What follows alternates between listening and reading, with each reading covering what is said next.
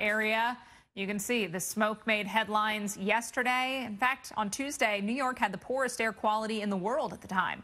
Well, it's not getting better. You know, Justin Michaels has been there. He said, yeah, visibility for a moment maybe improves, but it's still not good. He's in Weehawken, New Jersey. Justin, I know people are limited. There's not a lot of people spending time outside, and smartly so, right? I mean, doctors are saying you've really got to be careful.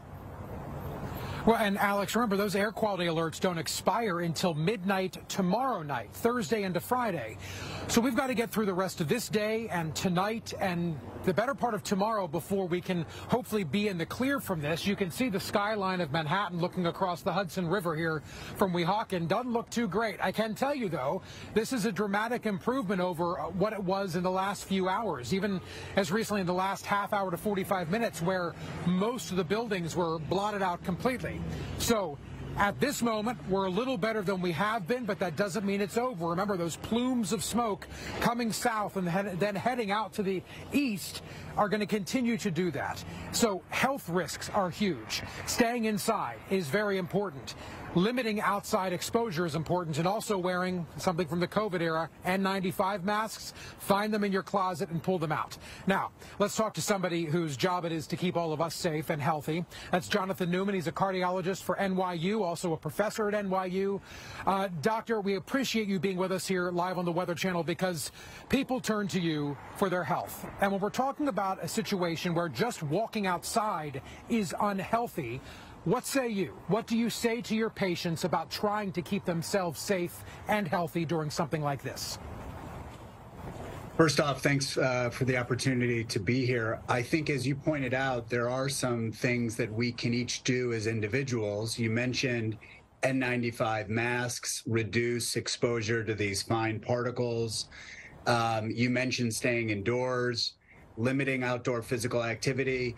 The other thing to add to that list are high-quality HEPA or high-efficiency particle arrestants air filters that can be used indoors, let's say in your bedrooms or in your living rooms, can markedly reduce the amount of fine particulates that you're exposed to indoors.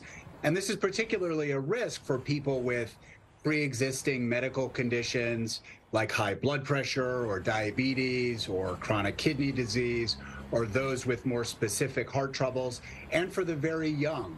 So I think the groups that are most vulnerable are the ones that are well served to take active steps to prevent and protect themselves. Dr. Newman, for those of us who are required because of their virtue of their jobs to spend time outside, people that work in the construction trade, other jobs that the requirement is you be outside, and who had to go to work today and yesterday and for the last several days and tomorrow, what would you recommend? Is there a frequency where this, of course, isn't going to be healthy and it's not going to be safe, but there are times where you really just need to go inside? Employers maybe need to give these employees a break out of the elements. Yeah, that's an interesting question. I don't think we know, and I think it's really based on an individual risk factor profile. And if you're someone who is working outside and is required for their place of employment to be outdoors, who has pre-existing medical problems like high blood pressure, diabetes, or heart disease, or lung disease like emphysema or chronic obstructive pulmonary disease, frequent indoor breaks, let's say on the half-hour, hour time interval, may be beneficial. That hasn't really been studied explicitly, but you could think it would be a benefit, in addition to wearing those high-quality masks, which you started with at the beginning of the segment. We know that the N95 masks markedly reduce the amount of small particles that you're exposed to and can prevent a lot of those attendant downstream health effects.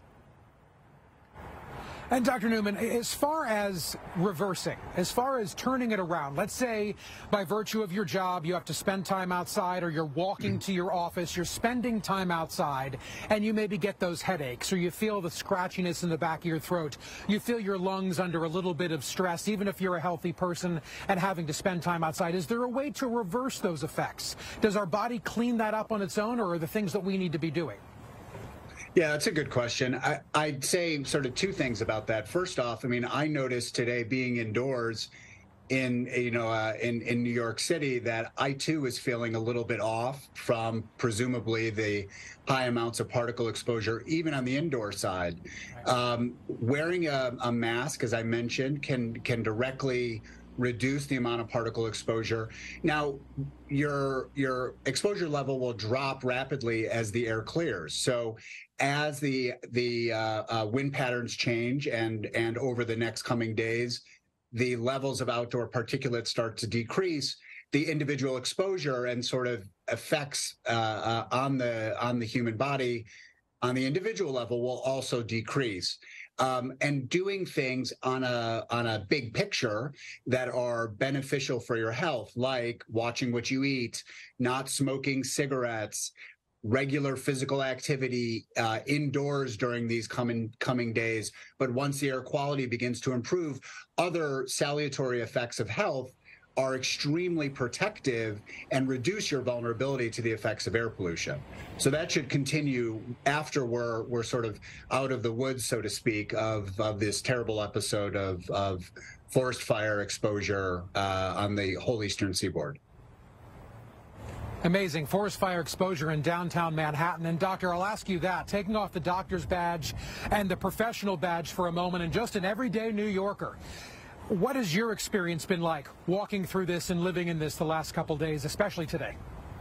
Yeah, it's been quite striking. I would say it was eerie and, for lack of a better word, apocalyptic yesterday evening and certainly in the afternoon hours. I'm about a block or two from the East River between 2nd and 1st Avenue, and you could rapidly see a diminution in air quality and visibility in the space of about an hour.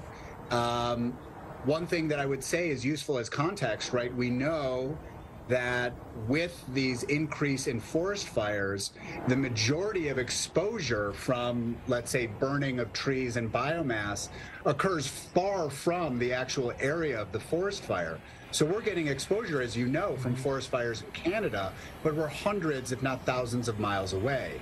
So I think that gives us a lot of context in terms of what we need to prepare ourselves for as the future unfolds in terms of air pollution exposures more broadly. Cardiologist and professor Dr. Jonathan Newman, we are grateful for you and your expertise. Please stay safe, sir. We're going to do our same with our N95 masks. Doctor, we appreciate you. And Alex and Mike, amazing to hear the doctor say that about the things that we can obviously be doing, some of the common sense things, but also taking a little break. If you have to be outside, go inside. And then, you know, about our body cleaning itself up. How long does it take? Is it even possible? You know, there are some crazy stats about how many cigarettes we're all smoking right now, even if you're a non-smoker, and all sorts of crazy things. So just a good time to remember the importance of our health and how days like this, and I'll leave you guys to look at that skyline again. When Manhattan looks like this, every single person in that city in this entire metro area is suffering. Guys, into you. Yeah, no doubt about it. Justin, thank you so much. Great interview, great advice there for sure. And Dr. Nam, many people that live in these areas now want to know how much longer. It's going to be days before we have a really substantial improvement in the smoke situation. A place like New York City, I think you'll still have the smoke